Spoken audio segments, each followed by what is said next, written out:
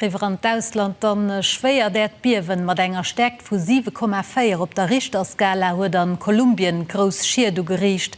Op manst urzing Mënsche sinn ëmtliewe kom, weil der Detailriwer Katastrophe sos Auslandsnorichten resümiert direkt.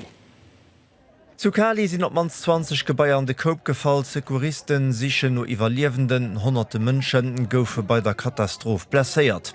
Och aus der Stadt Manizales goufen schwéier schiiert gemeldt, do as se Seitenturm vun der Kathedral zum Deel agefall. Den Epizentrum vum Biewen lo am Weste vu Kolumbien an enger Deift vu rund 96 km.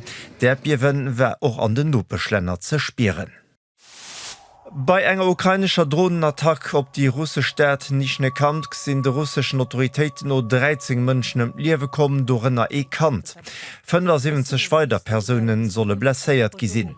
Stadt leit rund 1000 Kilometer vun der ukrainischer Grenz ewäsch. Getraf gouf auch eng wichteg Petrolsraffinerie. Zu Saporischschja goufe bei russische Luftattacken op manst 18 Mënsche blesséiert, Wundgebaier an Autoen stungen abrand.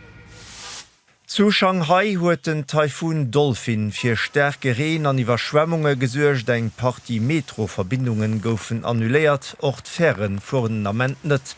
Den Taifun hat de sondech chinesesch Festland erreicht, mat Wandvitessen vu bis zu 150 km an der Stunde. Zu Hongkong sech den Taifun do géint fir extrem hëtzt. Sondech goufe knapp 37 Grad gemoos.